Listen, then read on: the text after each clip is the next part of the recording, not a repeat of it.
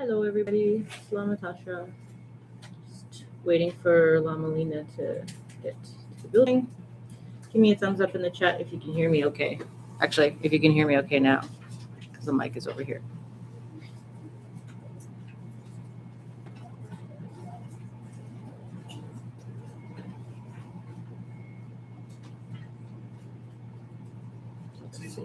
Thumbs up? Oh, yeah. I got a thumbs up. Okay. Yeah, looks okay? Sweet. All right, sit tight. Lama Lena should be here soon, and then we'll get started.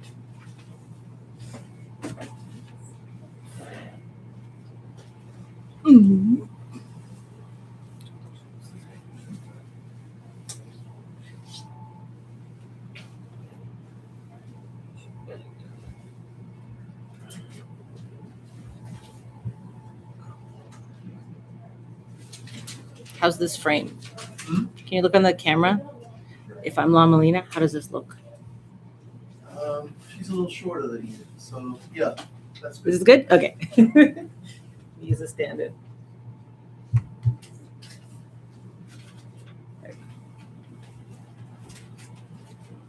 That'll be good.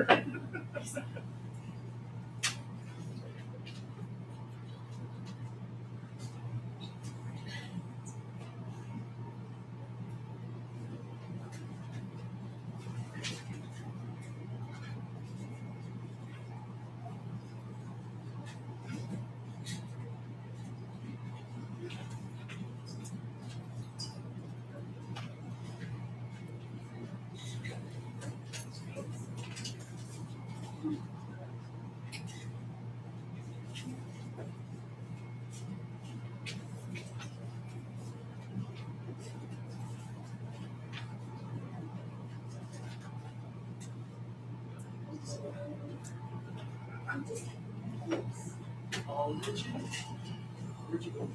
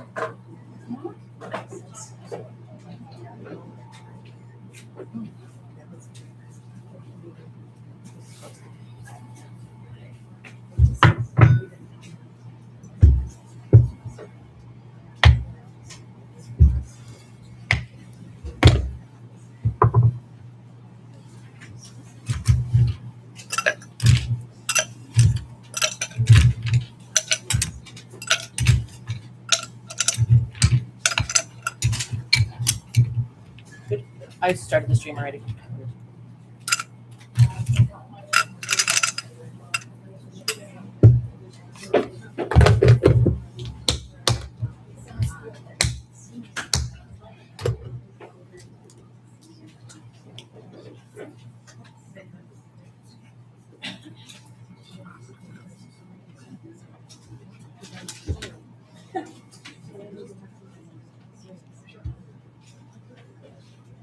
Can I do a coffee? Yeah. Yeah.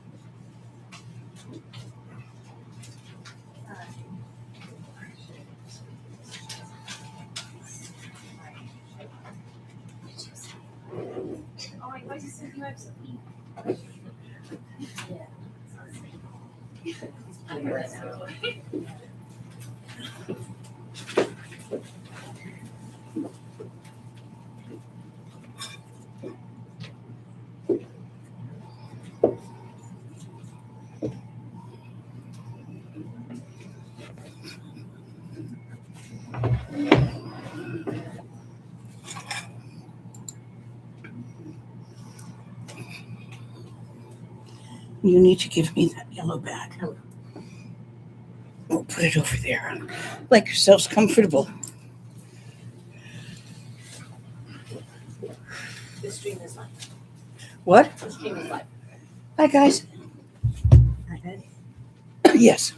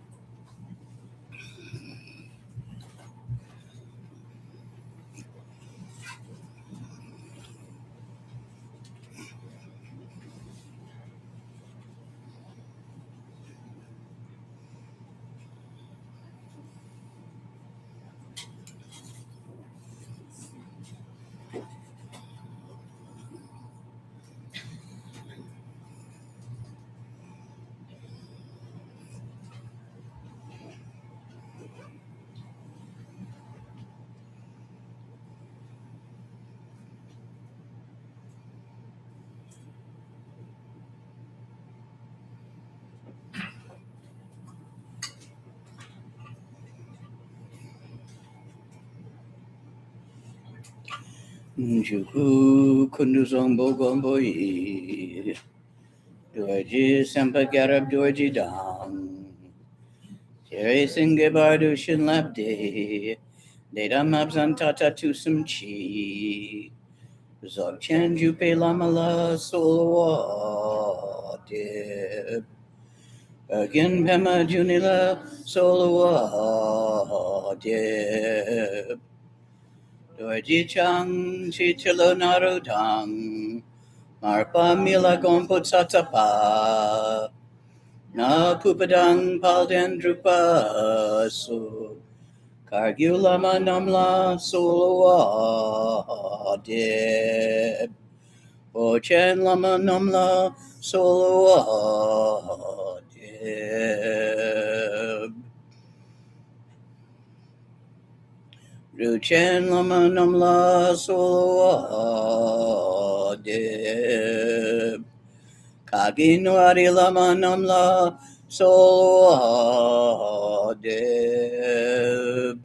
Shakya lama namla solowa dib. Yanduda yundrun lama namla solowa dib. Alkondu jongdang yerme pa. Gon garab dorjijin trad pa. Jetidang nisume pai. Palamanam titente.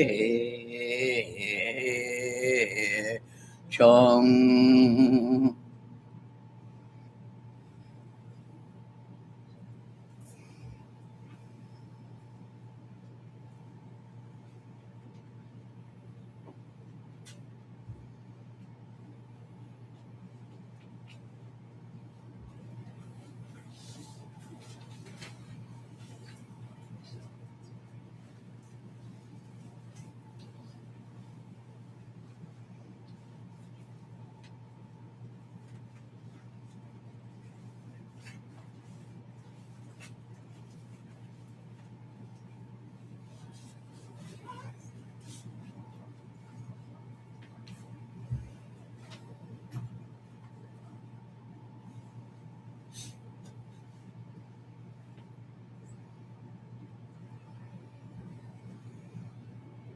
There are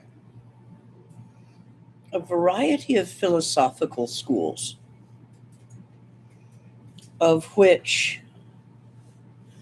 one of which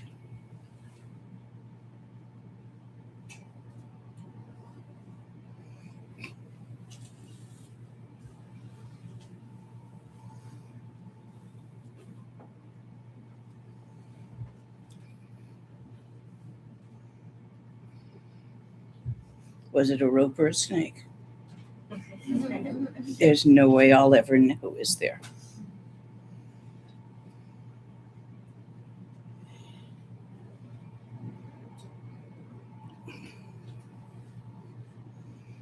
Is the mind-only school. In a lot of texts, they talk about it. When you say all phenomena is in your mind, there is no phenomena that is not in your mind. It is true as far as it goes. It fails to mention that you don't have a mind, because there isn't a you to have one. So there is no mind and there is no owner of mind.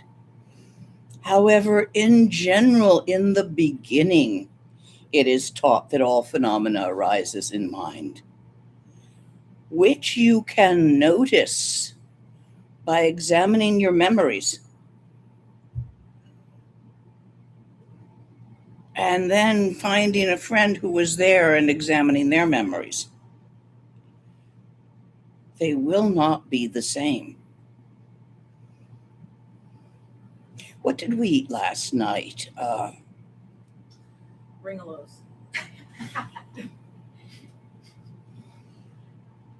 Oh, we ate so many other things as well. Chicken pot pie. There was that. Asparagus. There was that. I don't remember potatoes, but they may have been there. Little white round things. The Ringalos. No, those were yellow. Oh. There were some little white round things that sort of crunched. They were very good. You could put things on them. Undercooked potatoes. A little crispy, round white crispy. Might have been made of rice. What? Or wheat. Different realm. So you never know. Memories are funny.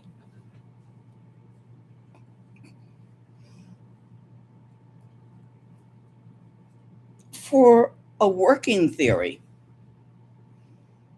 everything you think is happening is a thought. All your feelings, your angers, your annoyances, your difficulties with one person, your fondness for another person, are based on your thoughts. Not that person, but who you think they are, what you think they are, remembering the past, what you think they did or did not do. It's all based on your own thoughts. It's in your mind. I have a dear friend whose personal reality is quite far from the common one, and who is in the Sangha and has some amazing zonalaya here. Well, she knows about it anyway. One of my favorite was that she was a Chinese spy, sent by the Chinese to spy on the Tibetans, because she had 2 telephone numbers. So that proved it.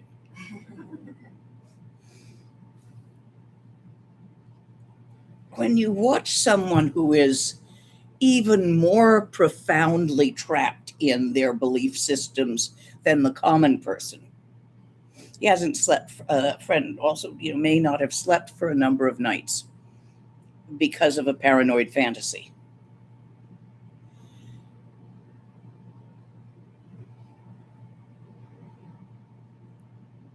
Yeah, he's out there. But we're all just like that. It's really only a matter of who is more obviously like that than who isn't, and who hides it well. Being another autistic, he never did learn how to hide it. It's all in your mind, everything you think. I mean, even mind, the definition for mind is that which thinks, the thinker. Just as Rigpa is the perceiver. Pa, er suffix.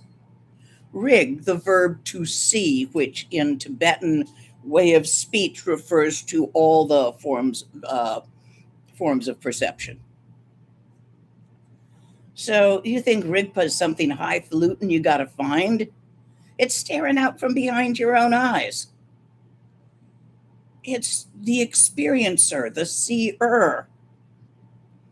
But it has no separate existence from what it is seeing or thinking.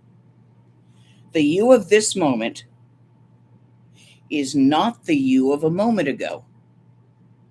You are changing continuously. Your biome, dying and being born, the bacteria on your skin doing the same thing, and yet they're all part of you. There is no you that is not them. If you were to be sterilized, made sterile in a pharmaceutical sense, you die. You could not live without them. They're part of you, as much part of you as your eyes or your nose or any other part. One of the most important things to realize in Dzogchen is that you are a heap. That's what skanda means, heap, pile.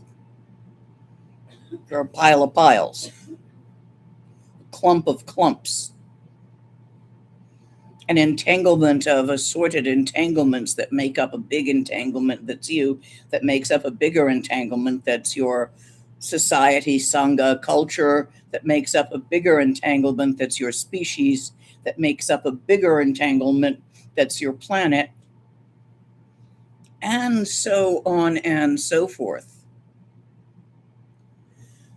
The only thing the Buddha said wasn't entangled with things here were macro and microcosm. They exist, but they are too far in their directions of bigger and littler, to be part of the entanglement.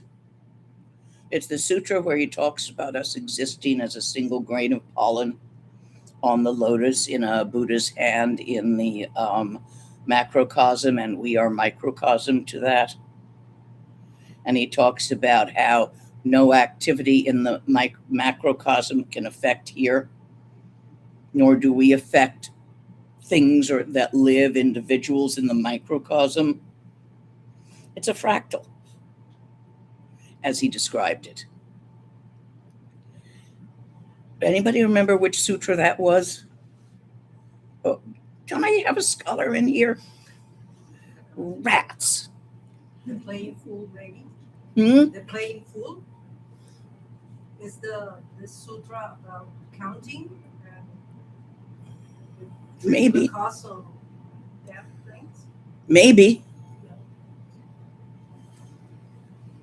What's it called? Playing The pool? playing fool. It's a Western translation of the title. Yeah. Yeah. I think if I know it, it's going to be by a slightly different translation, of which there are going to be many. You should see the things they call the Heart Sutra. Is it the like psychedelic one that like talks in fractals? Probably. Yeah. Okay, scholar, thank you. Say it slowly. Avadamsaka. For those of you out there who want to go Google that and read it, it's probably online somewhere, but you got to do it by the right name. There's a teaching if you go looking for it by Bob Thurman.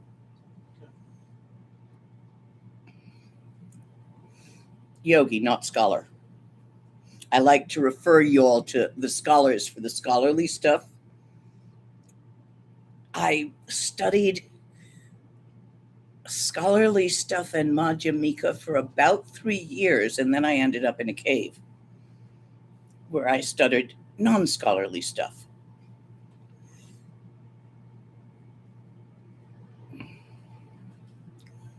To find your way to freedom, which is, I think, what we're in here for.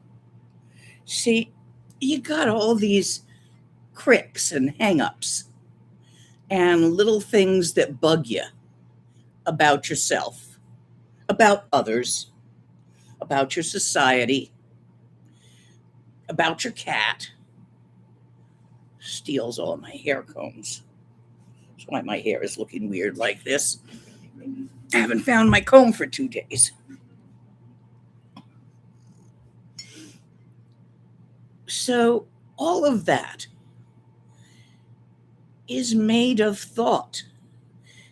And it's pulling you around, but it can only do that because in duality, you don't recognize how made of thought you are, how two mirrors reflecting itself you are, how you make up the thoughts and they make you up, with no solid substantial reality in between. Without seeing that, you hurt. You experience fear and hope. You're afraid of being found to be an idiot, being rejected, not liked, poverty, governments. There's lots of things to be afraid of. You want love, freedom, enlightenment. So that means you're putting all your energy into chasing love, freedom, enlightenment by practicing Dharma, by going to teachings, and you're putting all your energy into running away from ignorance, confusion, upsettedness, freak-outedness. This is what keeps you circling in samsara, chasing and running. Even the chasing of enlightenment and the fleeing of confusion, the grabbing of wisdom and the fleeing of confusion is still a grabbing and shoving. It still supports your being a grabber-shover entityness. So you form up your entityness by your grabbing and shoving, because entities are grabber-shovers. Are you following this at all? Am I making sense with English words? If you can simply relax and let go for an hour,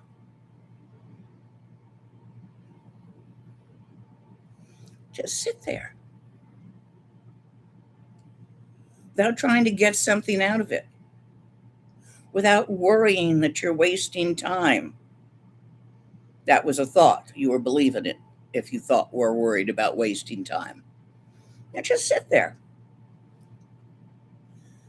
Let the display complete itself and wind down. It won't do it in an hour. But a yogi sits there day in, day out, not maintaining the display by pursuing enlightenment or by fleeing ignorance and confusion. So you accept the confusion just as well as you accept the wisdom. Oh, is today a confused day? Tanda Tuku used to say, you know, those days you get up and you go out to take a leak and you discover you're pissing in your shoe.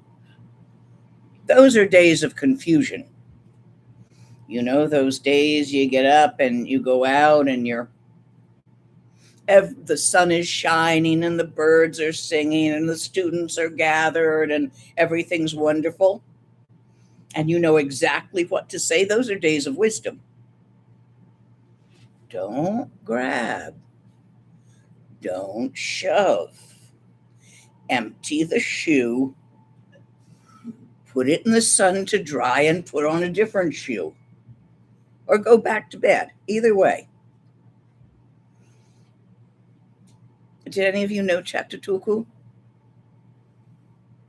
Very well known in America for a while and then down in Brazil. Very big in Brazil. Married one of my run-in mates. Now known as Chaktu Kandra, who teaches a lot of wonderful things. He's very good at teaching Poa. It's only in Dzogchen. Dzogchen means completion stage. It means as you've gone as far as you can, chasing enlightenment. And of course, you haven't caught it. Because you're still there, chasing it. You think you're there. Be aware that to think you're not there is just as much a problem. I am there, I am not there. They're both I ams. They're both cohesive entityness. Easiest way I've found to break that down is the practice of Bodhichitta. Chenrezig, when the rays come out of your heart and all beings' hearts throughout all the dimensions and all the times until the universe and everything is simply so full of rays of clear, transparent light that the stuff isn't even visible. And resting in that as that, interconnected, interpenetrating, that practice breaks it down. Tonglen, when you go out and you inhale that black smoke of suffering from another being, feeling fear of taking on that pain that they're in because they just got run over by a truck or whatever. And it pops your bubble of self-focusedness. And for a moment, there's nothing left but clear white light. All of these practices, the dream yoga, where you inhale and exhale the universe as you're going to sleep.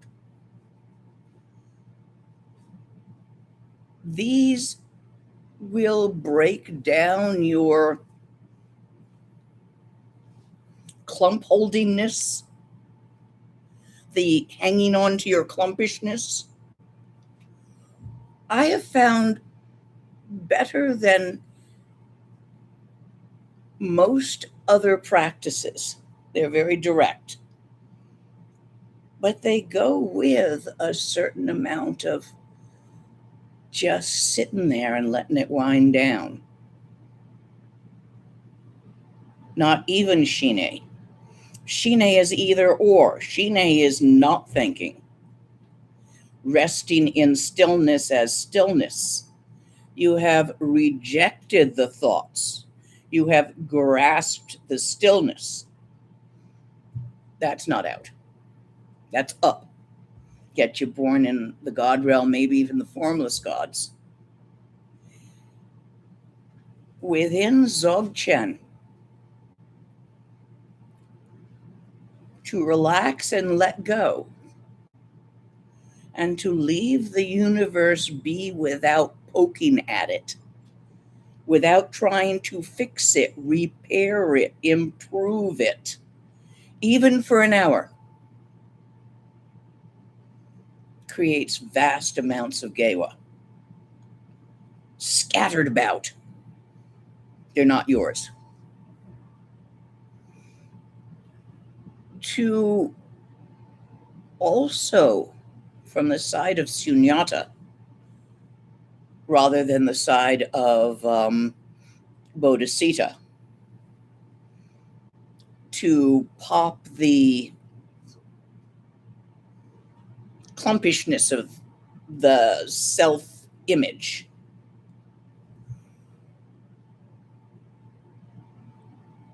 While you're doing things,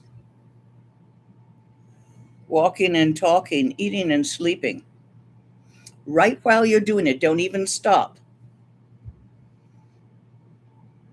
When you glance at natural mind, past the frou-frou of your thoughts and feelings, then immediately look and see what glanced. When we say mind looking, we mean the same thing as the seer sees itself. In Tibetan, Rongrik, self-seeing, literally.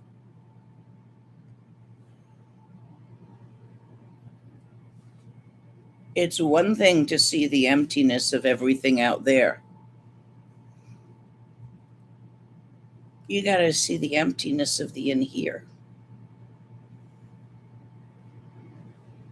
Who the hell do you think I am? It's not who I think I am. Each of you has made up a slightly different Lama Lena to which you are relating.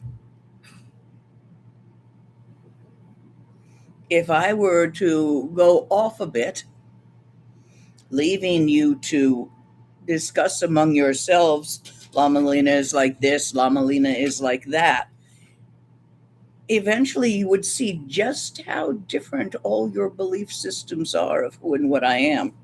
And they're not the same as my belief system. My belief systems are constantly changing. Who I think I am, one day I think I'm this, another day I think I'm that. Someday I'm too short, someday I think I'm 6 feet tall. It's just, those are thoughts. Ever moving, ever rolling. You can't really put anything on them. You can't rest on them. Trying to show you real Dzogchen. Maybe if I read you a text. Stop that. Come on. Thank you. Where's the cuckoo?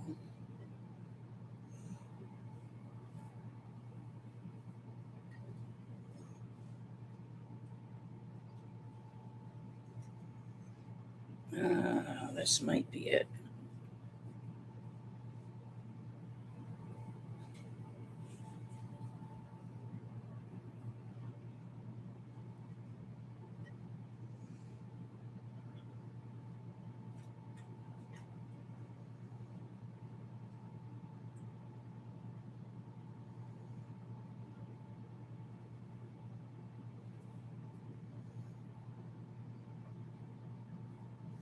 Yeah.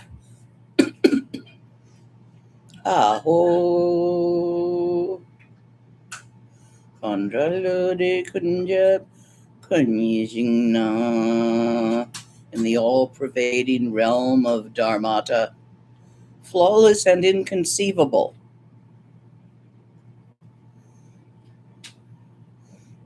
Do not, when they say perfect, try to impose your idea of what you think would be perfect. A land where everything is made of candy would be perfect, says the 4-year-old. Give me a steak. So do not try to impose yours. Tamchelun zoriktan jokulima. Total effortless perfection. The Dharmakaya Guru, the unity of awareness and emptiness. Kuntu Zangpo, Kuntu Zangmo. The Dharmakaya, which contains Sambhogakaya and Nirmanakaya as its natural aspects, not as something else.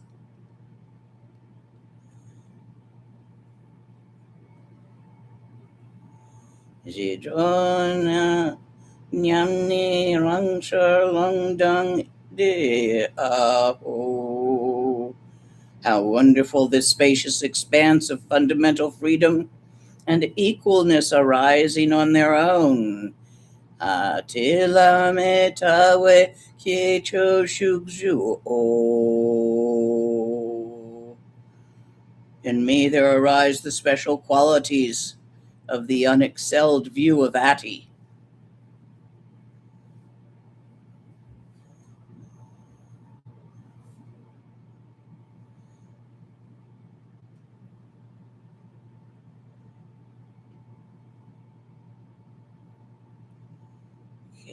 Come on. That was not the one I thought it was, although it's a really nice one.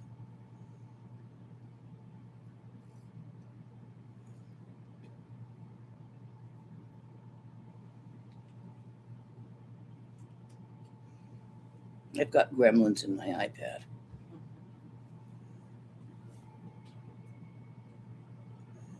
What's my CAT scan doing in there?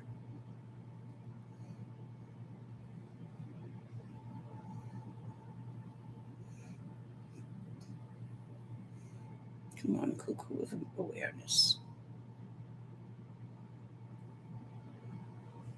Oh, this is cute. Naguma.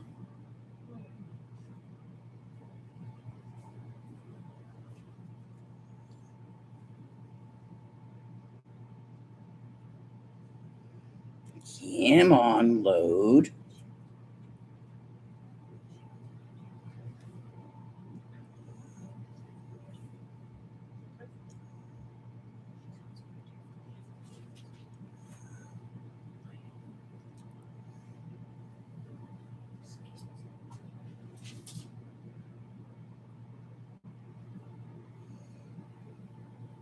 I've got too much texting.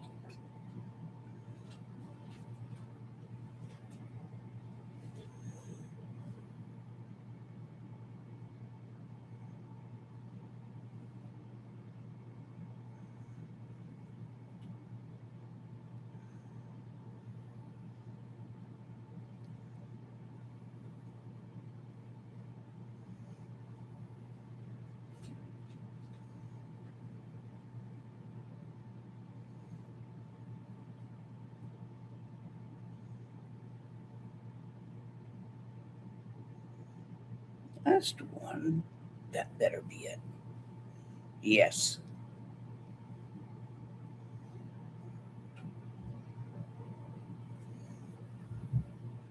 Very short and very beautiful.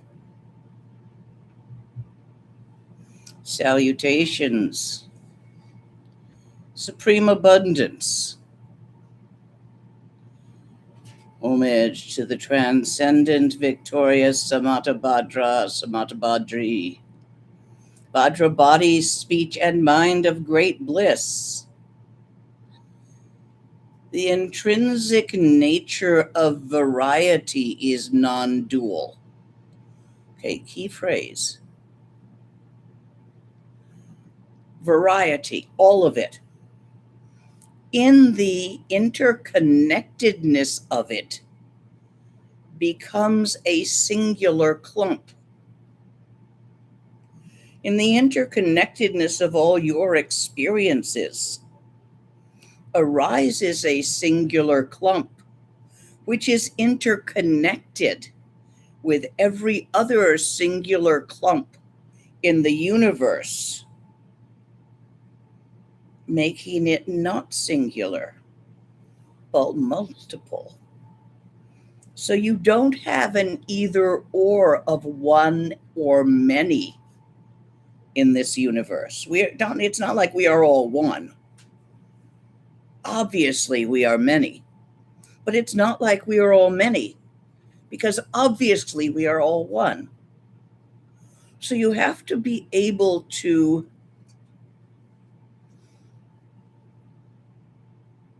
step past either or into a unity of non-concept to get out of duality. The duality of I am or I am not.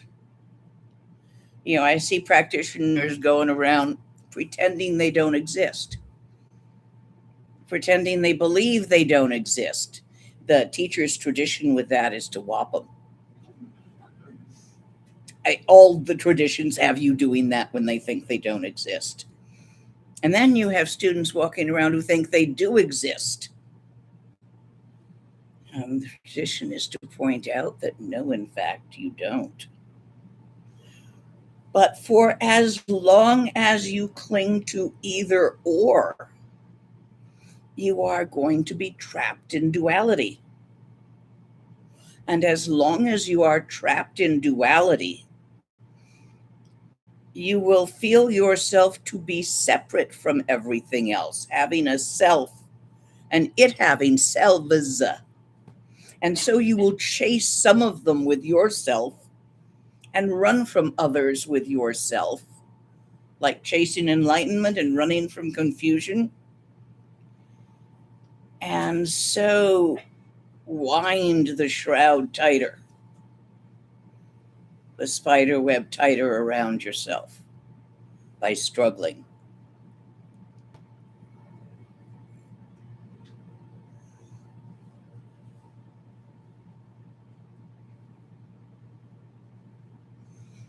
Particularity is free from complexity. When you try to look at all the many particular lives you are living here in this universe, as all the us's conceivable, you will be utterly overwhelmed.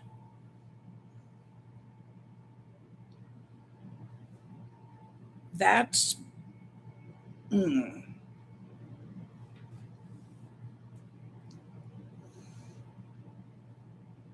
So instead of looking at the complexity of it all, which exists,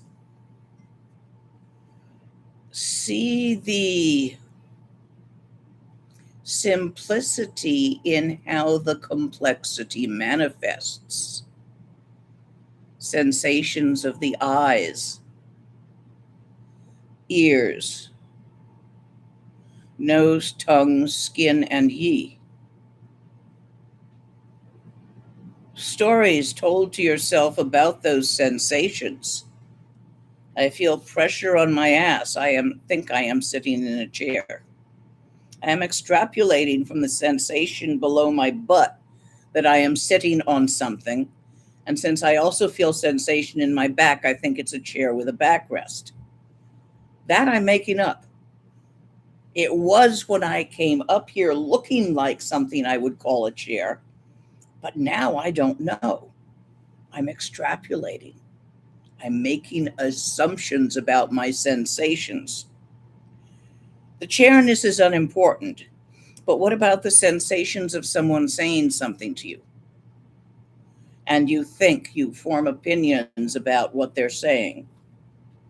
And you make your own stories about what they told you and why they feel that way and whether it's reasonable or unreasonable. And so you become all embroiled in everything. You know, you don't have to do that. That only happens if you friggin' listen to your thoughts. They're dumb.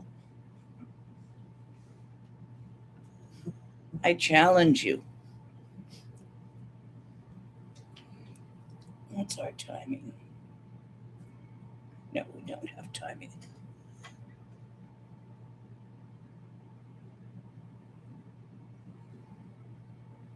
We don't have time for that today. I challenge you when you get home. Go into a room all by yourself or walking in the park with no one around you and softly say out loud everything you think for 10 minutes. Any of you tried that before? Pretty dumb, isn't it? Reruns, too. If you want a new thought, you got to read a book. And even then, not always.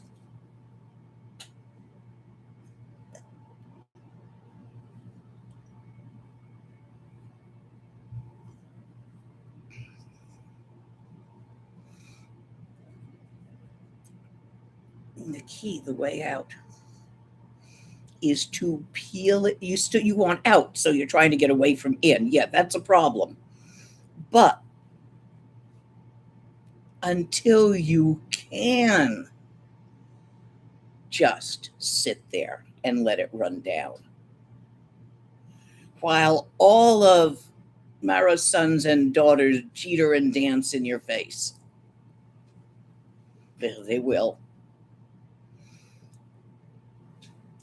Then go ahead, make progress. If you still want to get somewhere, if you're still dissatisfied,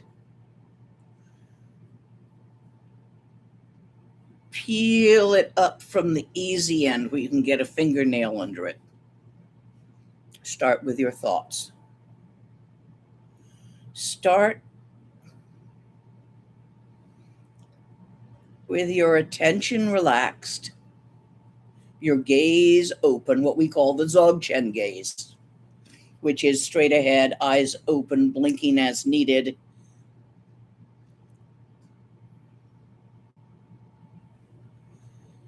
Let the thoughts happen, in no way suppress them.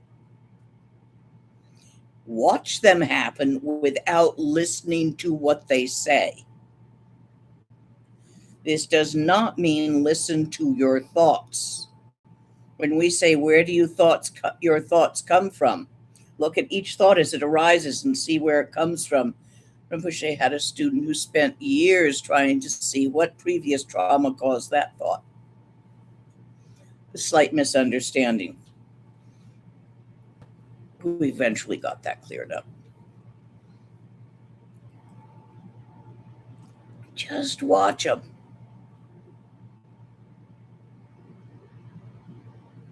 Without listening. What you're watching is you're looking through them. Thoughts are transparent. Traditionally, I would hold up a crystal and not say anything to show you transparency, because Tibetans didn't have glass back in the old days. So instead, I show you a glass object which is transparent.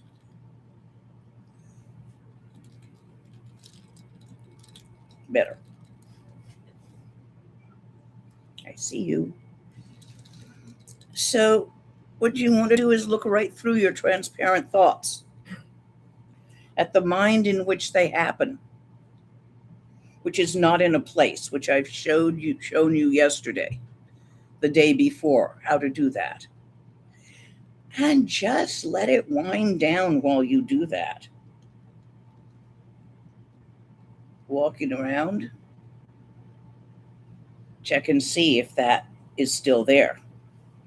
Occasionally get a chance to sit somewhere for a minute, look out a window, watch your thoughts for 2 minutes without listening to what they say.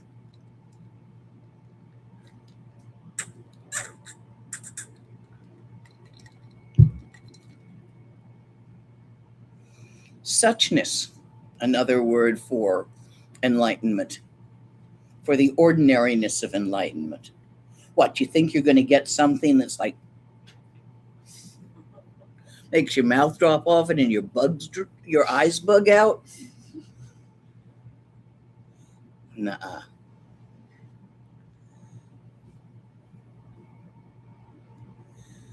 Suchness is non-conceptual. But Samantabhadra, the symbol of suchness, is apparent in all forms. When you see this, you see how it's all Buddha. The guy who cut you off in traffic,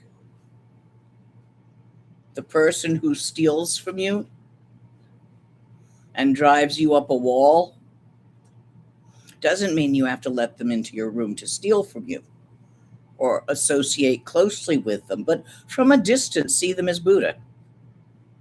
If you have to keep somebody at a distance to see them as Buddha, that's okay.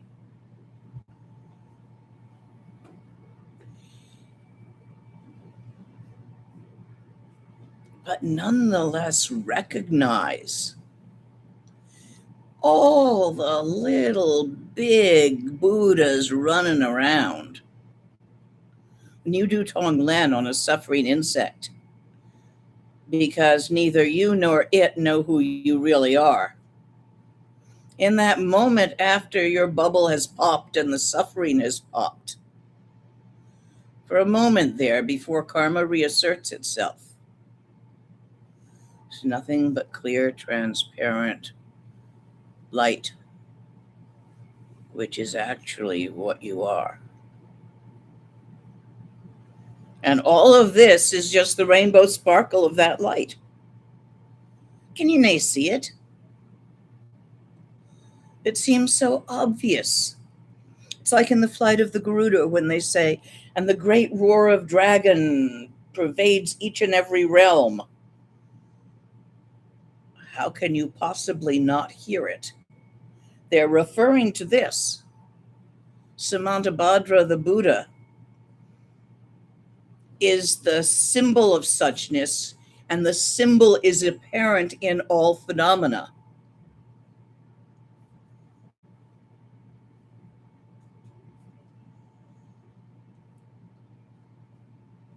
Having abandoned the malaise of striving, since one already has it, through the spontaneity of presence, one simply leaves it as it is. That's hard sometimes, not to fix it. You know, there's an urge to fix the top note that's falling down. Yeah, I noticed it. It can do that. There's an urge to poke at everything around you, make a pretty pattern of it. There's this constant urge to fix everything, improve everything. And all those motions create karma. And all that karma is going to take time to unwind. There are methods to allow it to unwind faster.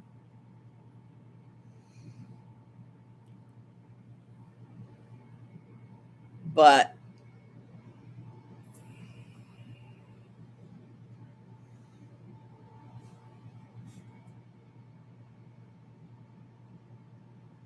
it's still got to unwind. The Buddha sat for 6 years not poking while it unwound. He also almost starved to death in the process because he wasn't bothering to feed himself.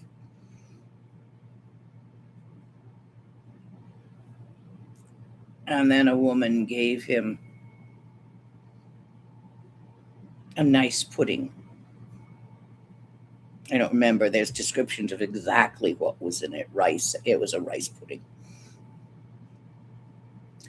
And it was enough calories to give him the energy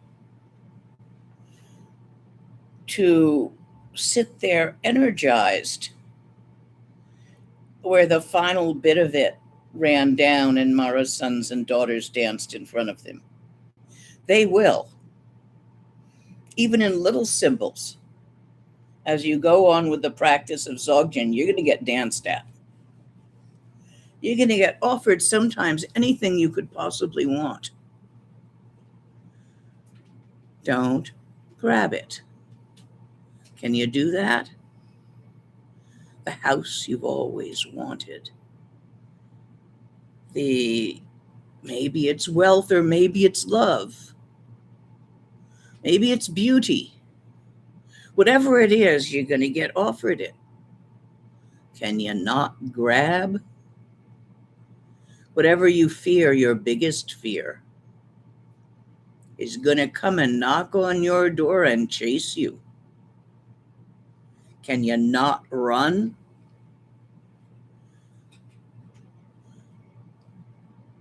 You got to practice.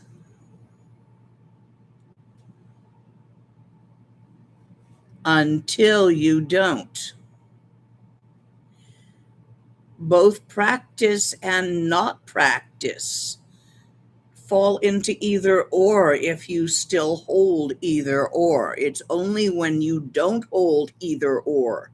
I am either practicing or not practicing.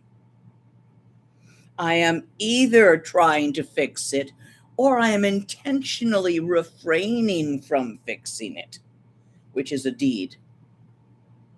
Refraining is a deed. For as long as you're caught in either or and cannot have two opposite concepts be the same thing for you, then this won't make sense. Thoughts and not thoughts, stillness and moving, the yoga of dancing stillness, Trultra Naljor, which leads from Shine without an object to Laktong in Mahamudra. Again, you're taking two things that are complete opposites and you are recognizing that they are one thing. And that's that you start with the thoughts because you can get at them real easy. They're right there. And you watch them. And you look at them, not listen to them, not hear what they say, just look at them. And you see that they have no substance. That each one of them is totally lacking in duration. And in order to make sense and do anything, they have to hook together. See, the thoughts are called nams. The little hooks are called talks. Talk, talk, talk. So these little tiny thoughts that don't even exist for an instant hook themselves together, making ideas, sensible ideas. See if you can isolate a single thought and watch it happen and vanish.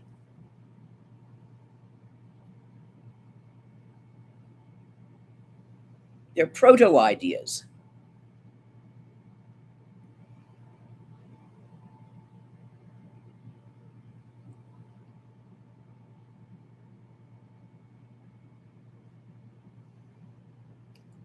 See how fast they are? Slow them down a little bit, in through your nose and out slowly through your mouth.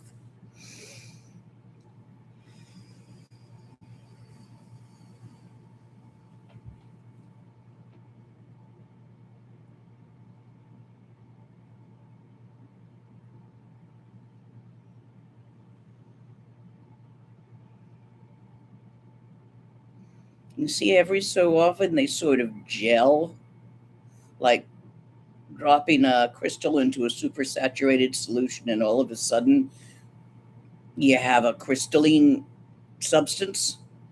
You watch them multiply. So you stay with singles, these little tiny nams, the proto thoughts. Every so often they'll gel into a phrase, which means they got stuck together, they hooked. Don't follow them into paragraphs, not even sentences. You catch a phrase happening, leave it be. Don't try to fix it, don't do anything with it. Come back to the momentary nams.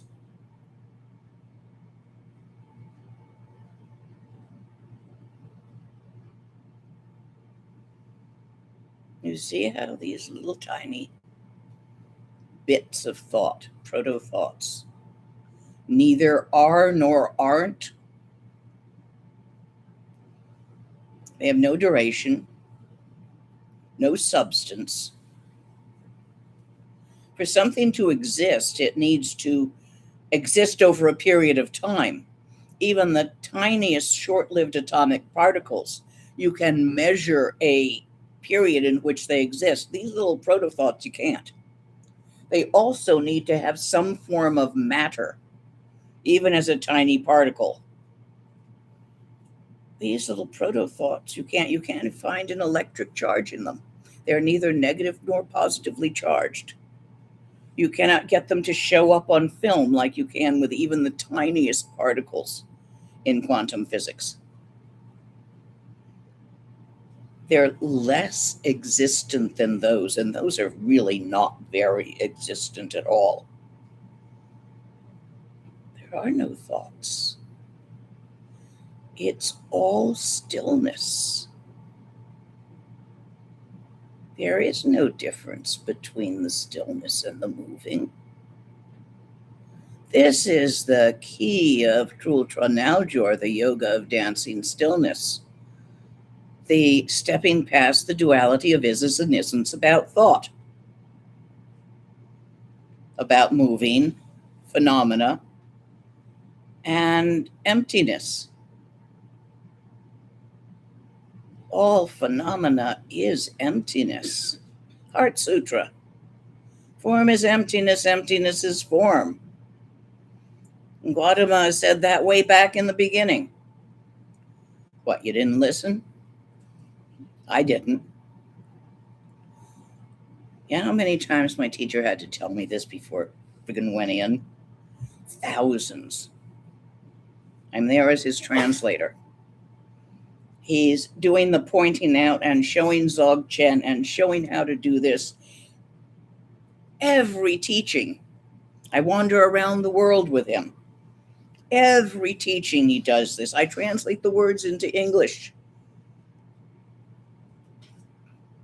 Doesn't go in. I'm not getting it.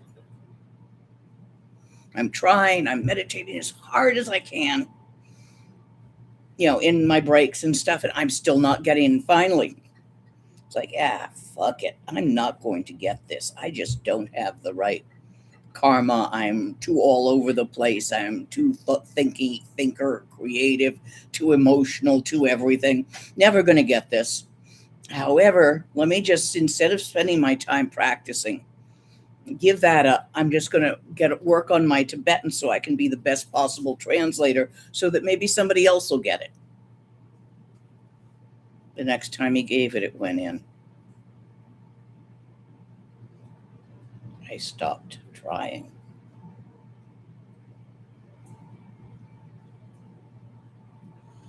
Guess what? Nothing went in.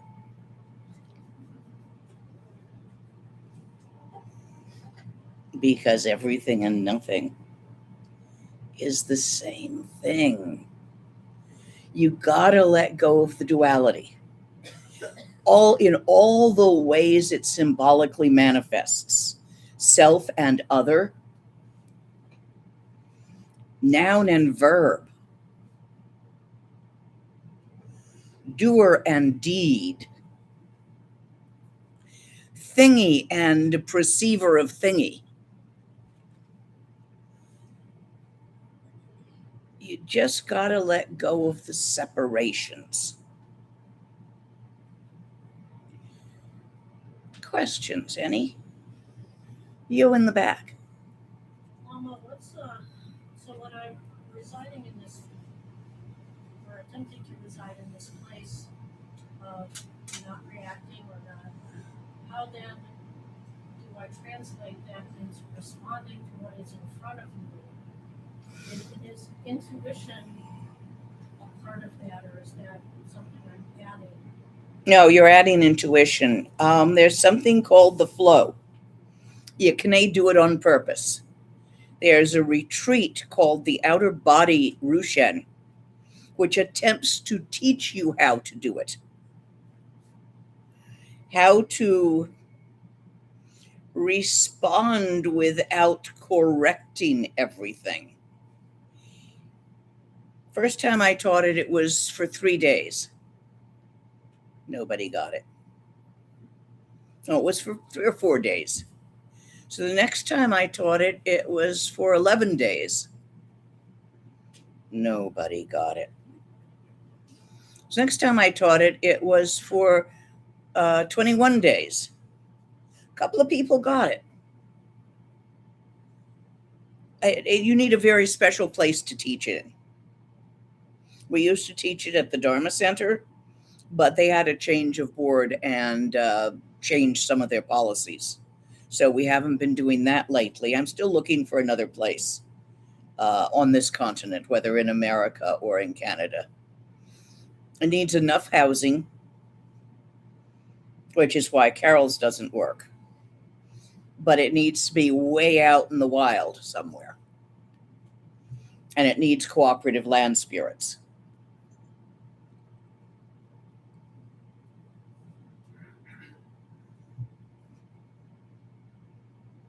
Other questions? Now, maybe I can say more to that.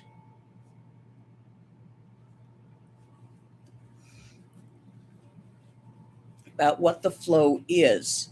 Don't try this. If sometimes it happens to you, don't notice that it happened or attempt to maintain it. No grabby. You'll squish it. When you're just sitting there and you have an itch, generally you don't decide to scratch the itch or not. It just happens that your hand scratches the itch and then you feel better.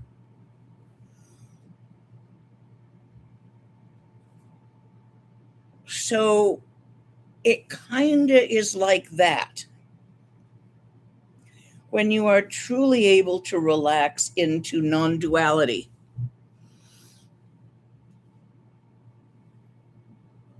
let go and leave be, you don't need to refrain from doing, because that's a doing. I'm refraining. To refrain is a verb, and you mustn't verb.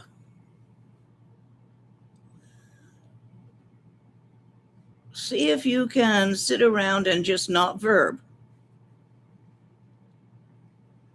It's not based on thought. Thoughts are still doing that, but if someone calls your name, you say, yeah, without having to think about doing that or not. If the cat jumps in your lap, you tend to pet it without having to think about doing that or not. So it's kind of like that. It happens sometimes. It never lasts. Sometimes you get the hang of it, you have it happen in that retreat, which involves exhausting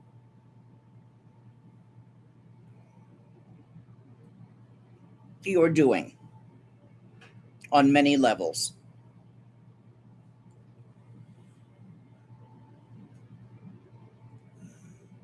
I think that's the only way I can say, yes, it does still flow to be happening. But you can't make it do that. When I was a small child, that would occasionally happen to me. I'd fall into the flow. But I didn't know what it was or what made it happen. I kept trying to see if, maybe there was a drug that did it. Didn't find one. Sometimes it happened on acid, but not always. Not reliable. But I probably tried every one that was available in those days to see if that would do it.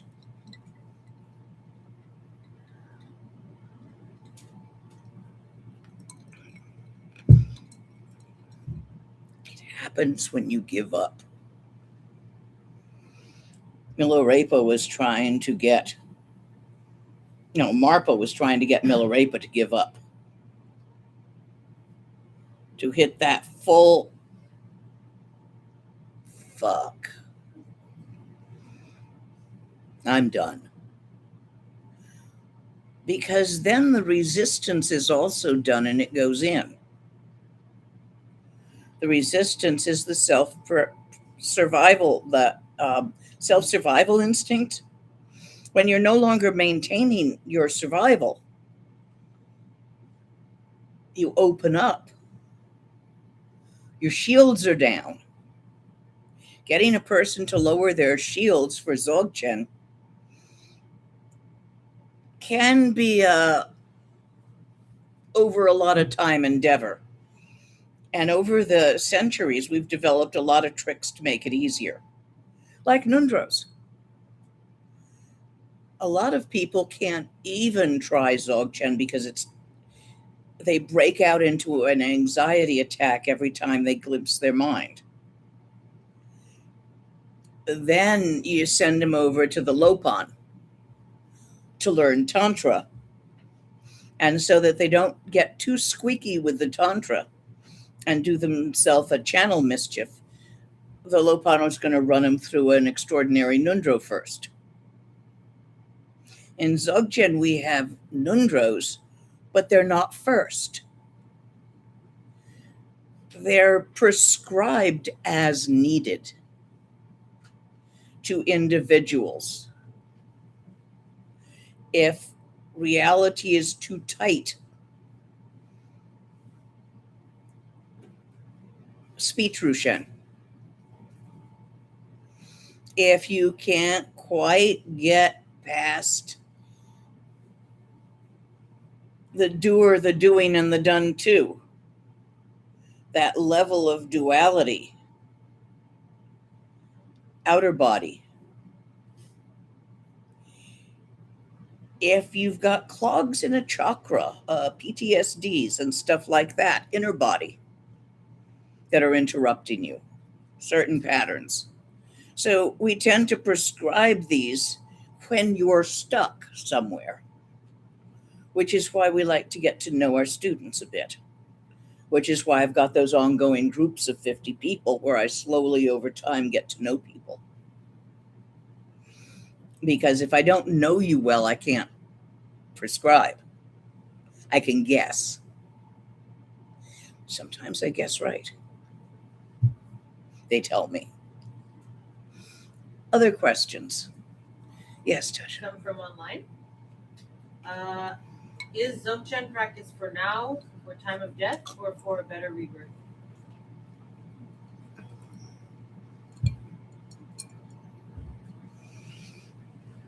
They say that Sutrayana and the practice of the 6 paramitas will get you a better rebirth. They say that Tantra can bring you to enlightenment in one life, and doing Poa, if you are trained in it at the time of death, will bring you forth into enlightenment. Dzogchen is now. When you actually don't do the Dzogchen, when you recognize the Dzogchen, the enlightenment is now, and in every now, in the entire past, present, and future. But it's not personal. You don't get it. You aren't even there to get it. You're a clump. The clump continues clumpishly clumping. It will.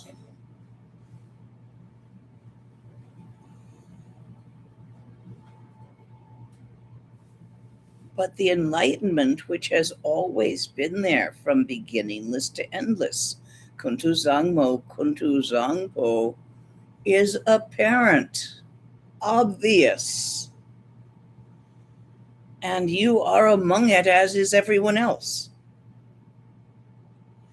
And you don't have to think that to be there, or feel it, or even perceive it.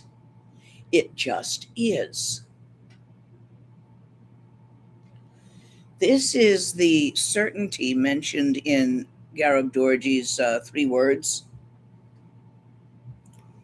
to develop absolute certainty is the third final point.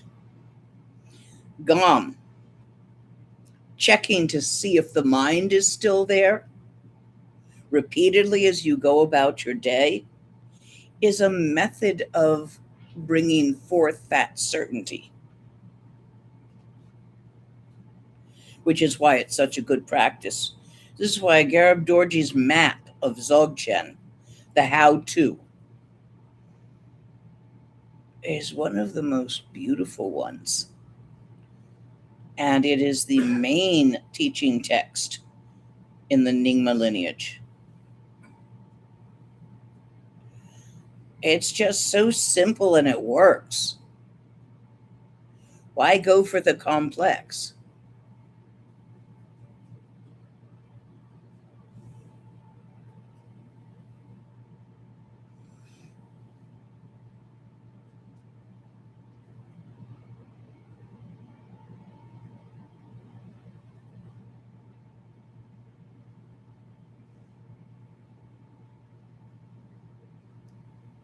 To what extent does a profound non-conceptual state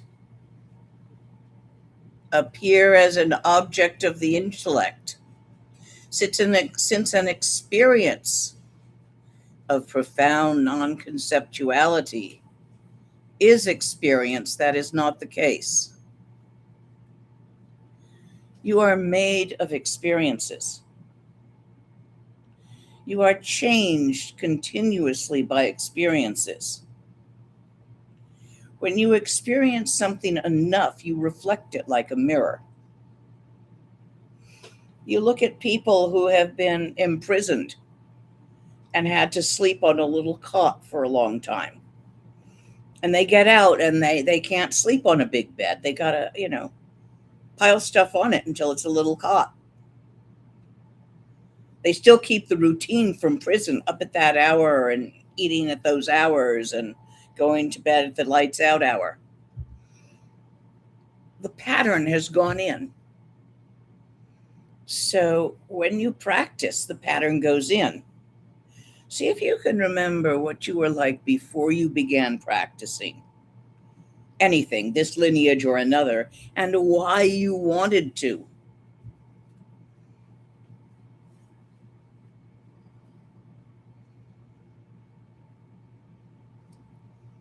I remember just feeling all fucked up. Man, what a mess. Feeling a total mess and wanting to fix it. First, I thought the total mess was outside of me. My life was a total mess. So I studied witchcraft and spells. And then slowly over time, I realized that the mess was not out there. It was in here.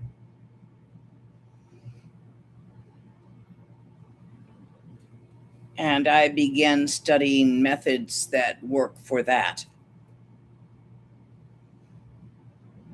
change the practitioner rather than adapt the outside. I still get emails from people like, how do I get rich? Give all your money away. It's true, it works. Just not that fast. But it does work eventually.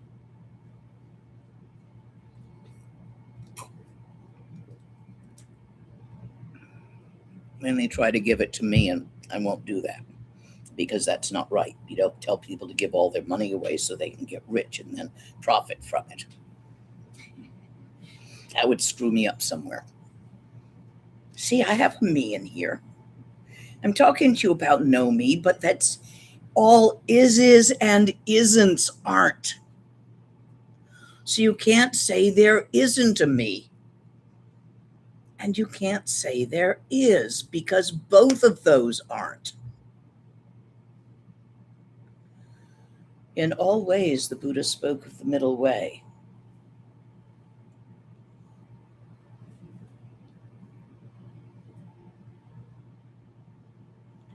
Debate over the characteristics of suchness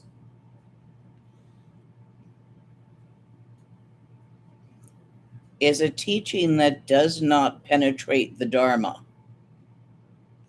So, however profound the words that one speaks will never measure up to the true meaning. Nothing I have said to you is true. It has all been kinda, sorta in the direction of truth, kinda, sorta, maybe. You gotta accept that. The pointing finger is not the bell. I'm not gonna do that right now again for you. You've all seen that online. No matter how much I ring the finger, it will never ring. The bell will ring. So you gotta take the words and don't go run off quoting the words. You see this on Reddit. Somebody's going, well, my teacher said this, and it's obviously an instruction for them to get over their obvious glitch. So all people should do this and this. And then they argue about it. When I want a good laugh, I go read Dharma Reddit. It's funny.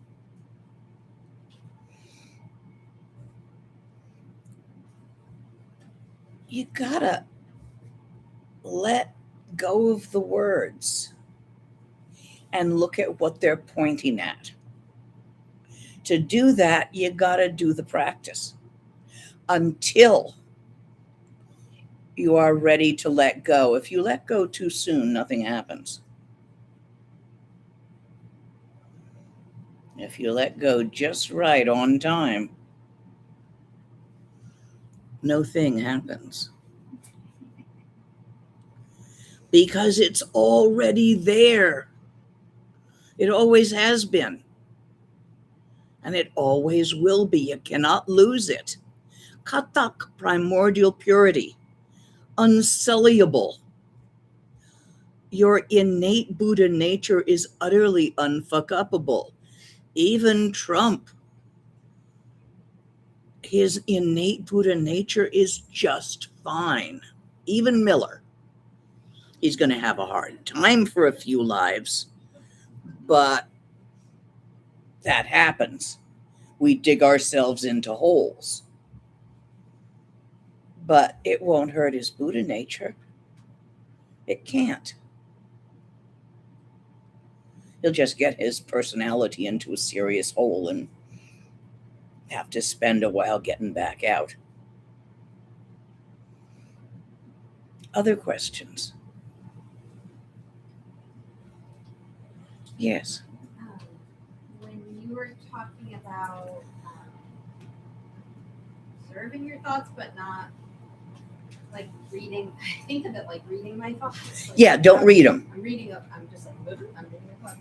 And I feel like if sometimes I've had the experience of like observing without reading, listening. Yes. But it sort of happens by accident, maybe, or occasional. Like that. There's a way to get that to happen. That's what I don't quite. Mm-hmm. So Like I feel like it's use all the tricks.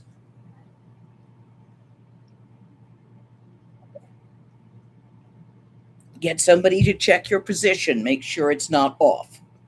This is not usually how you sit. I usually like on a cushion. Yeah. So on your cushion, get a friend to check your position, that you're not, without knowing it, leaning one way or the other.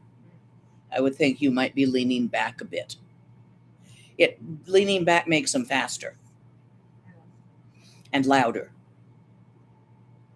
Leaning forwards makes them slower and quieter, but if you do it too much, you get depressed. So you really want to be just direct upright. Pay attention to that. Pay attention to relaxing all the muscles and channels first. Even do that little self-hypnosis thing, where you do the toes and the legs and the knees and the fingertip. You relax everything. That's a Western thing, but it might help. Get your body nice and relaxed and comfortable. Depending on if you have any scoliosis, use a meditation sash or a backrest.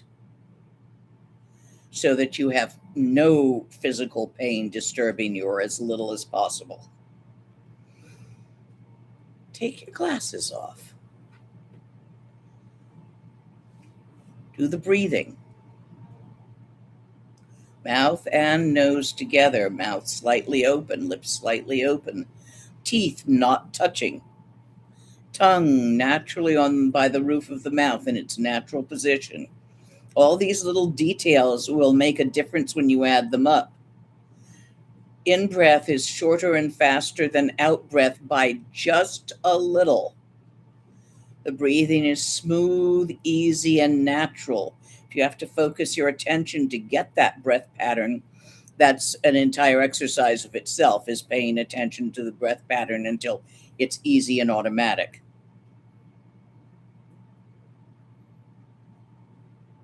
Let the thoughts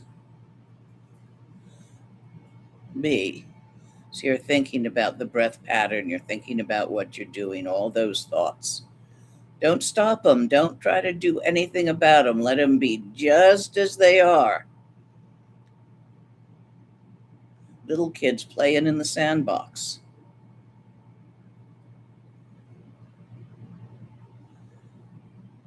Now shift your attention from the thoughts, past them,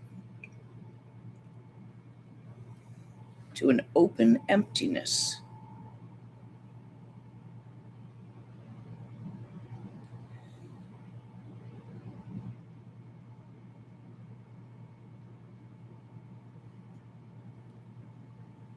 Can you take your attention off the thoughts and shift it past, beyond, to where the thoughts are happening, to mind itself rather than what is being thought in mind?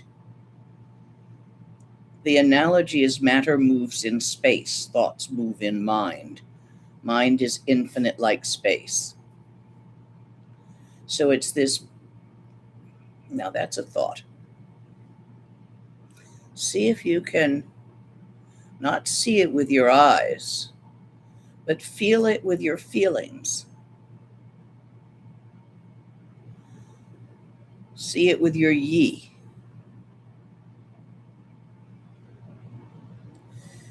Drop the center of yourself down into your solar plexus rather than your head.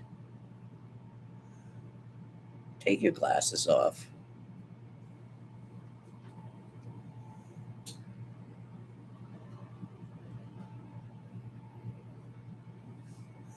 Without your glasses on, things around you are a little fuzzy. Let the thoughts become a little fuzzy. Transparent.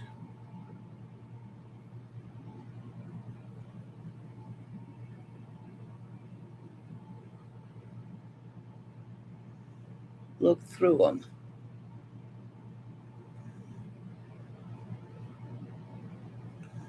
Past them. There is an infinite openness, which itself is fascinating for its vastness.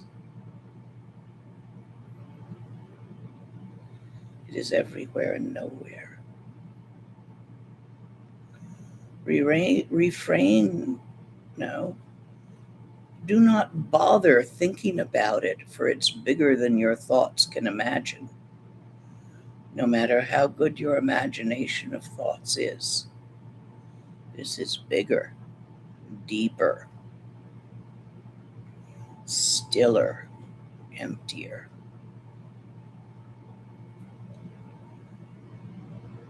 Relax. Relax again. Frequently, a bunch of thoughts will crystallize into a phrase and catch your attention. When that happens, simply notice it happened and release it with your attention and return to the vastness behind where those were dancing.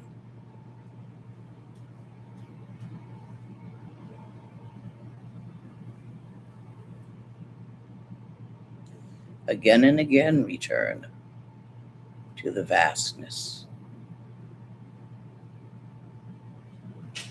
infinite and open, empty of characteristics,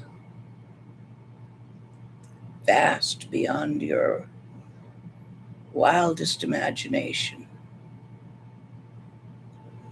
No color, no shape, no sound, no thing, no where, no there. Beyond is and isn't. This is Semni, Tawa, mind itself. When you find yourself distracted by a thought, which will happen several times a minute in the beginning, do not bemoan it or berate yourself for distraction. Simply let go and return. Let go and return to this vastness. This is the Tibetan idea of mindfulness. Noticing you've been distracted, releasing the distraction without feeling bad about it, and returning to the infinitude of open awareness with your attention. You're breaking a habit is all. You've been listening to your thoughts from beginningless time. Now you're going to try something new. Takes a while to develop a new habit. So that's why you practice. Did you have a little time there? That's how you do it, as per those instructions. The trick is it won't last more than a few moments for you now, and you'll fall off the horse. Get back on. Over time, it will last longer because the habit of point focusing on the moving will slowly release itself. It's like a cramp. It's like you have OCD. It's OCD on paying attention to the moving. Obsessive compulsive, all of us do. And we're trying to break that. Takes time. You just got to put the time in. Other questions? Perhaps Q? For the display to complete itself, then karma, good and bad karma, has to unwind. So still one has to do a few things, even if you were to sit on the cushion 23 of 24 hours. Eat, sleep, and shit. Exactly, it is, you have to do that, and many people have to do much more than that just to do a day. So Karma's not going to unwind right, until you are old enough right, to truly lead a yogi's life. As a householder, you must pursue. You flee debt. You pursue fulfilling your responsibilities to children and partners. So it's not going to unwind until you get to retire and put your time into it and stop poking, because you've got to poke when you're a householder. There is a way through for a householder.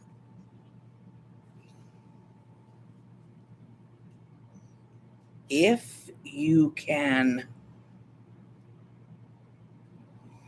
relax into the flow, it will unwind. In order for karma to be created, someone has to create it.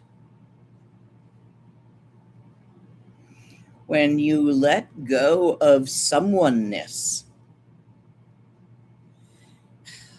of nouns and verbs, of being a noun that verbs, a subject that does things to an object, that verbs an object, it begins to open and wind down while you're living through the householder life. Hence MARPA. It has been done. Read Buddha's Lions as one of the versions. I like the art in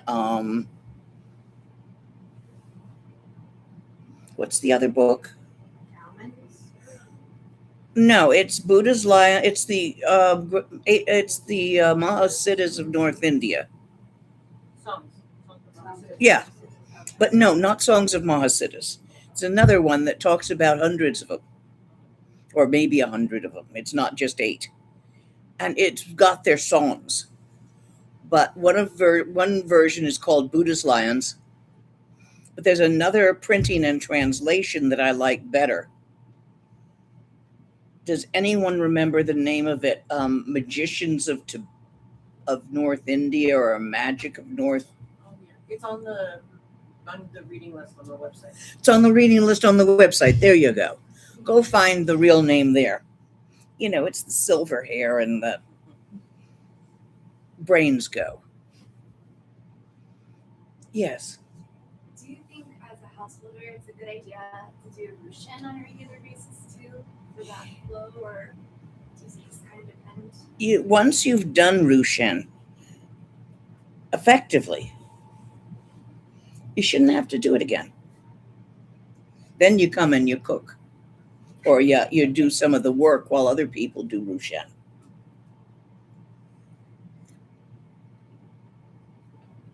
In the back corner.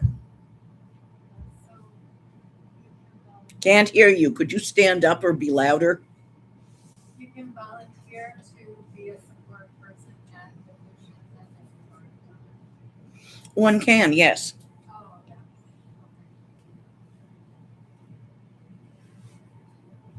Other questions? Yes.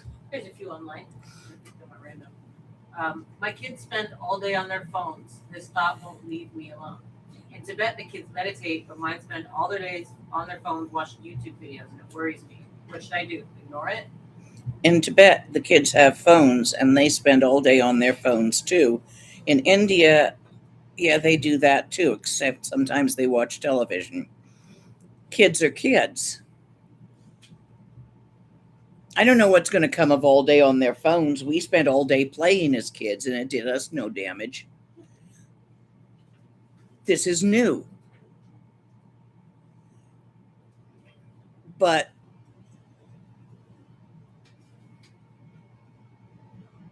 I can see that the thought is what bothers you. I don't have a solution except to meditate past the thought. I can work with you on the thought of them being on their phones, but I have no idea whether that is something one should do something about or not. Some people think it is, and some people think it isn't. Outside of my experience, my kid had gotten pretty much to teen years before they got a non-flip phone. Time. Old days, you know. Other questions? How can you settle the Rigpa experience if everything is moving and even the recognition of the Rigpa is moving, which is a big problem? If I don't practice, it's bad, but if I practice, it's also bad. Practice. You are still seeing the either or, moving or not moving. You and others. Keep practicing until the unreality of that becomes obvious. Next. Why, if I grab something, it runs away, and if I flee something, it chases me? Why, if you step off a cliff, do you move quickly towards the center of the earth? Natural law? You've noticed it's true, haven't you?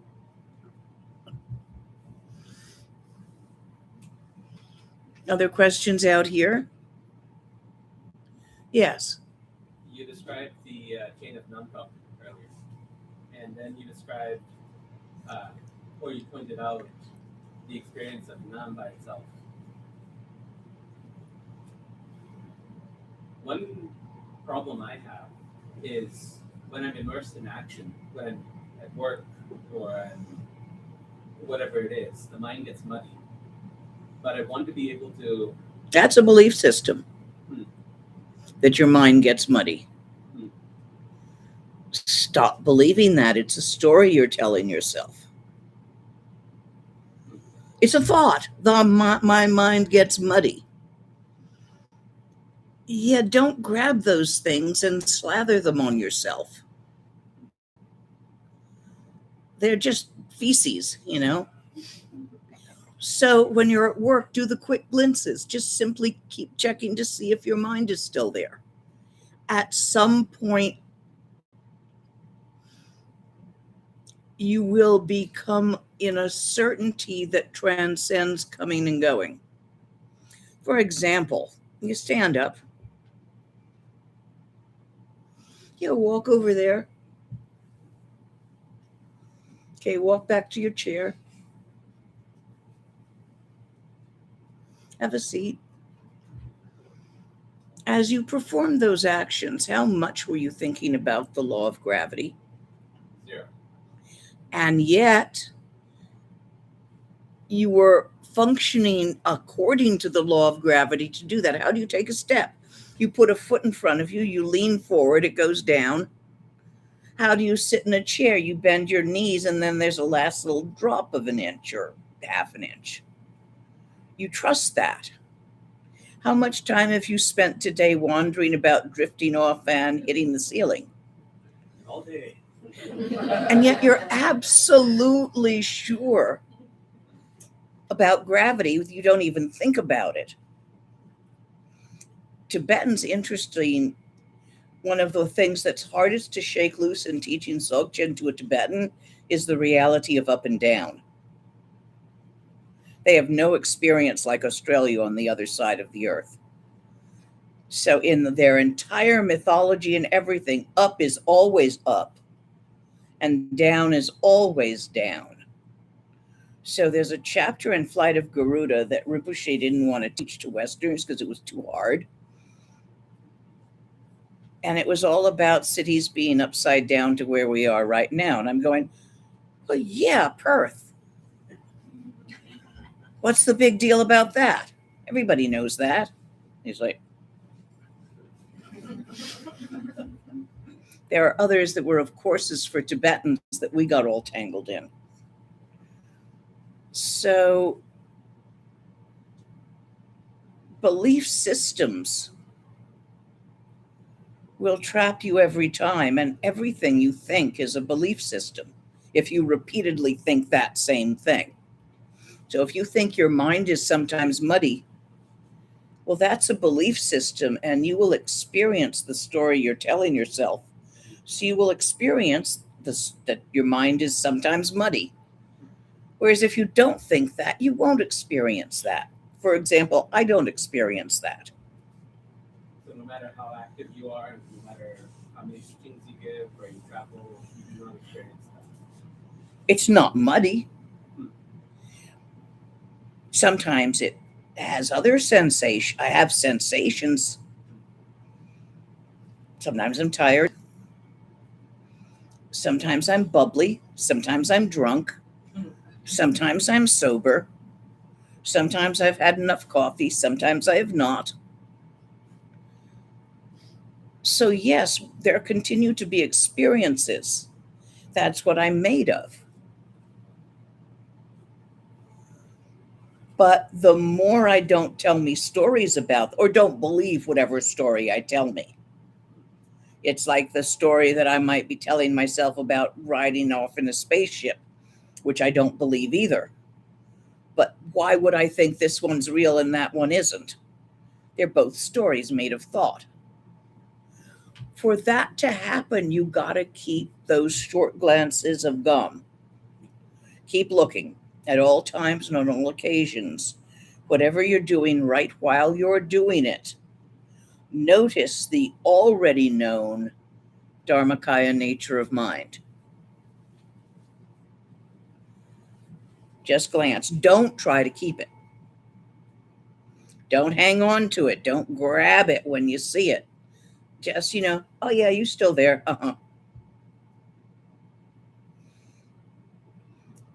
Over time, yes. In the back, or whoever it was. So my life is fairly busy with working full time and being a caregiver full time. And I find that much of my downtime, I just want to be distracted. Like my bandwidth is so short on a mental and emotional level. So I'm wondering if you can suggest what might help you with that. A good book.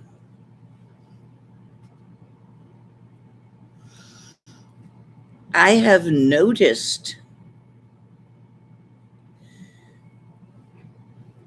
just how relaxing for the bandwidth just sitting there can be.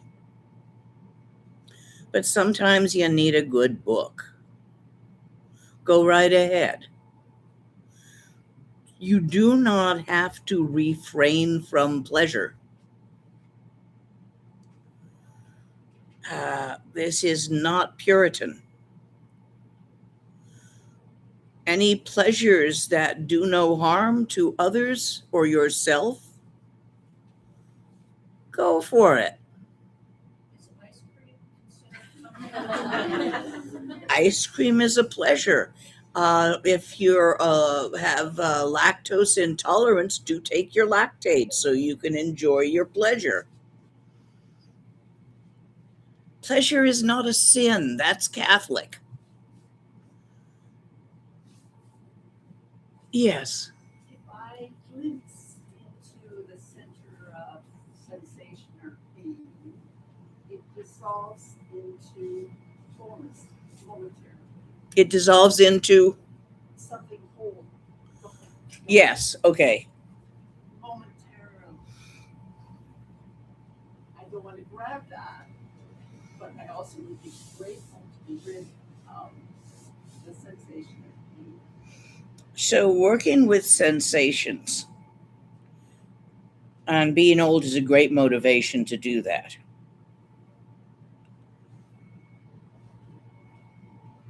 My experience has been that while sitting there,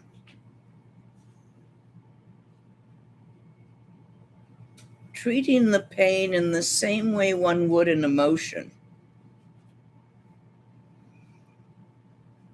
locating the sensation,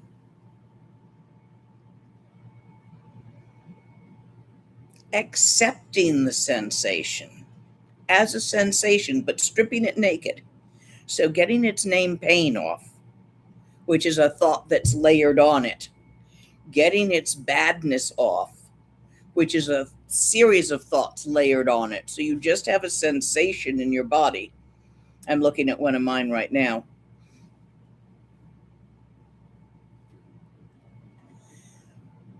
Relaxing. The way you get the clothes off sensation, the stories about it, the catastrophizing is the worst kind of story you can tell about pain. But even the calling it pain is part of it, is to look at the thought, damn, that hurts, or however you express pain to yourself.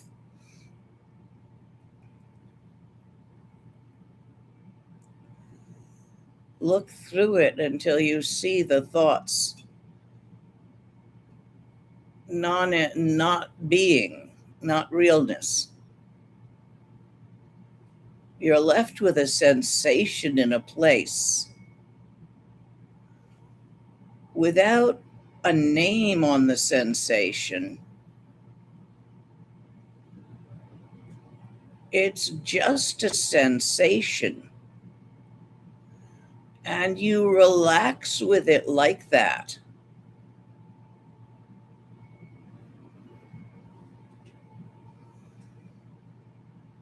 You can move things around and tell yourself it's a sensation of warmth, which is what I'm doing now, and turn pain into warmth. Feels quite nice, actually, as warmth. You can play with it a little bit like that, just to see how important the story is. It's a matter of leaving it simply sit there as a sensation. Now, you can take a pill when you want to get something done, because I can only do this when I'm sitting still. When I sit down in the meditative position, relax, do the eye gaze, I can work with about up to a 7 in pain fairly easily, and it just doesn't bother me as long as I'm sitting there. But anything above a 5, and if I get up and try to make dinner, I'll be grouchy. It just won't work well, especially for my family. So I've learned, when it hits a certain point, if I do have to make dinner, I'll take a pill. If I don't have to do anything, then why bother to take a pill? So a lot of times I forget to take them. If I forget to take them for a few days in a row because I'm so not busy, like it's a retreat or something, then I tend to decide to just do one of my holidays. Because you have to do holidays for pain pills occasionally, or your dose will creep. You have to do a holiday for pain pills occasionally. If it's non-steroidal anti-inflammatories, you have to rest your kidneys. If it's opiate or opiate derivatives, you have to keep the dose from creeping. So you take breaks. I take breaks when I'm not busy.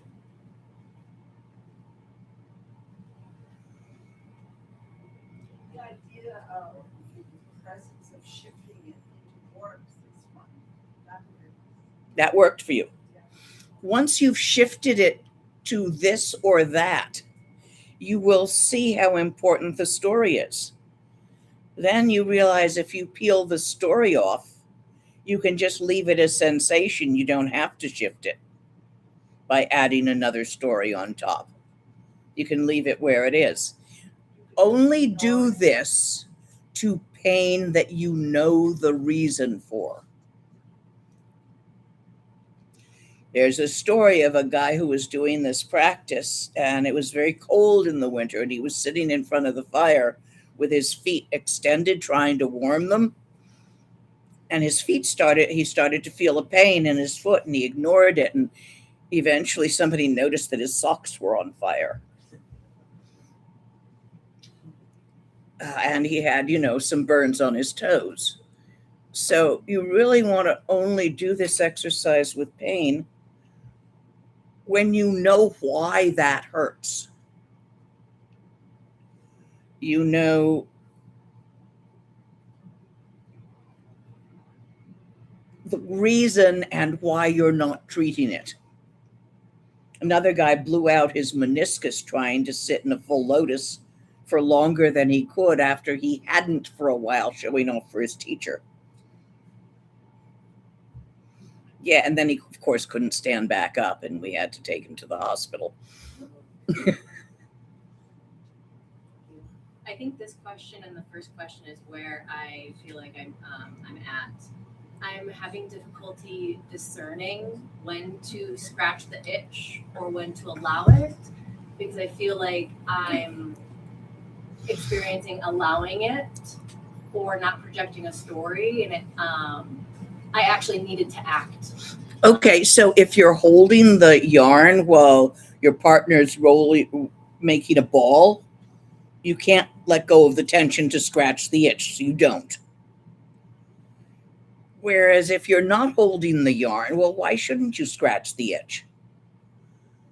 Don't refrain from Refraining is as much a deed as doing. So if you refrain from scratching the itch, it's the same as scratching the itch. They were both doings. One is I refrained. The other is I scratched. Still subject, verb, object. The itch being the object in both cases.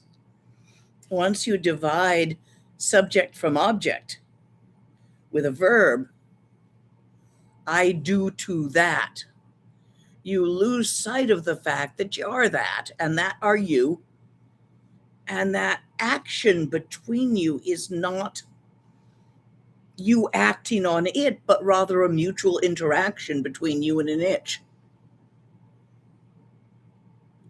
Did that make sense at all? Yes, I am. The verbs aren't real. You made them up. Can I add a second question to that? Mhm. Okay, so the verbs aren't real. I'm making them up. I feel like I'm getting thoughts, feelings, and intuitions from someone, but I don't want to make it a story. So I don't have evidence that that's what's happening, and so I'm assuming it's a story. But you and everyone are totally interconnected. You know when someone's sneaking up behind you, don't you? Well, that's your ye. You feel that.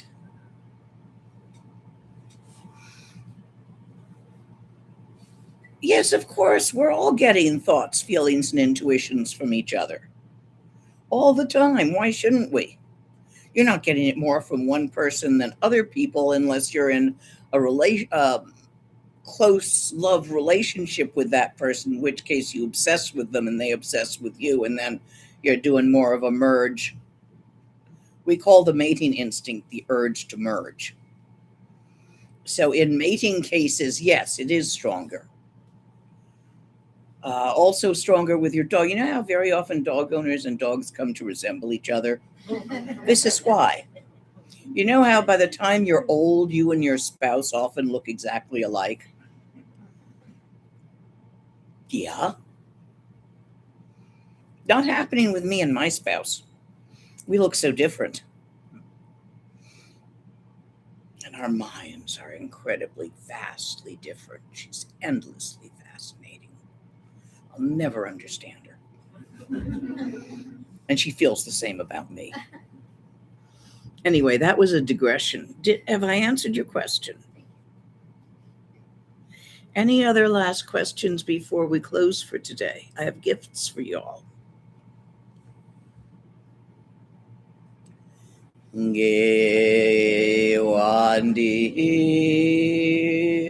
nyor dudag che chi sala go parshu. For those of you out there who heard this in a language other than English, be kind to your translator. Send them a little gift or at least a compliment. The ones who managed to turn up at this in such short notice really busted their balls to get here. You owe them a thanks. If you or anyone here wishes to merge their practice with our yogis and yoginis out in Sopema who live up on the mountains, send me an email to that effect, and I will put you in touch. If you want to support our library, which are the only books in town for the Tibetans and the Indians, Karen is on the website, and she is handling the accounting for that. So you would poke her to do that.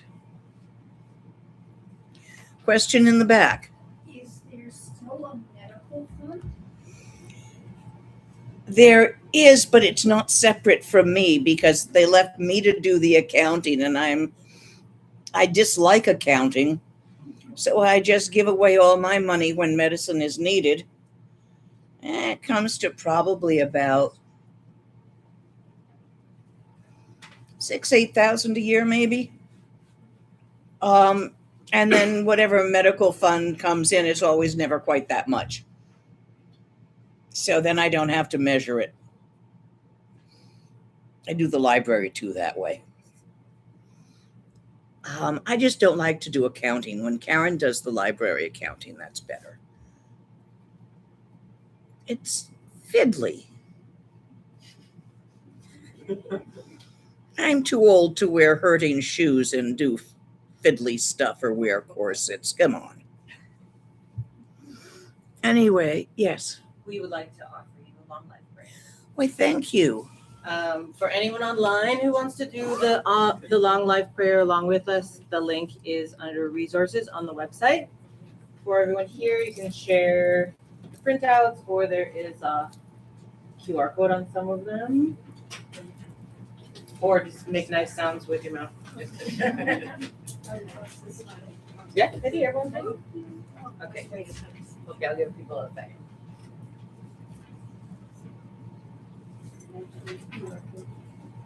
Thumbs up.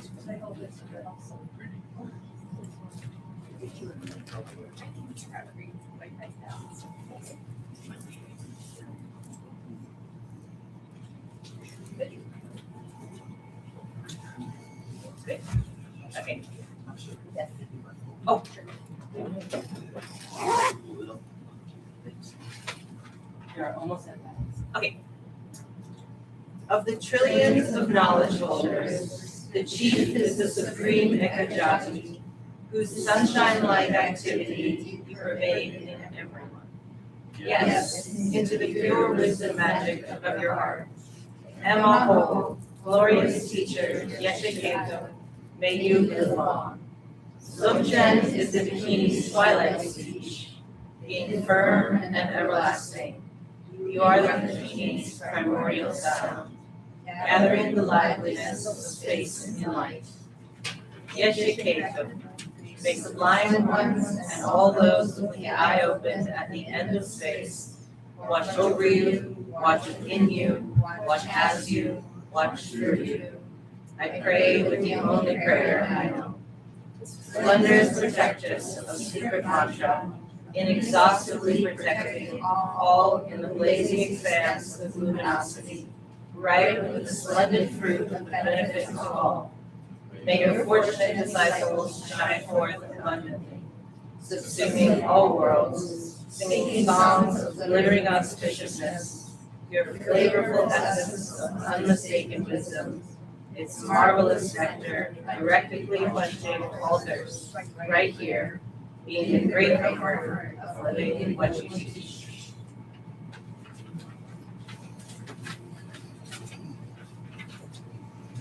It's not going to go back up. All right, I'm turning the stream off.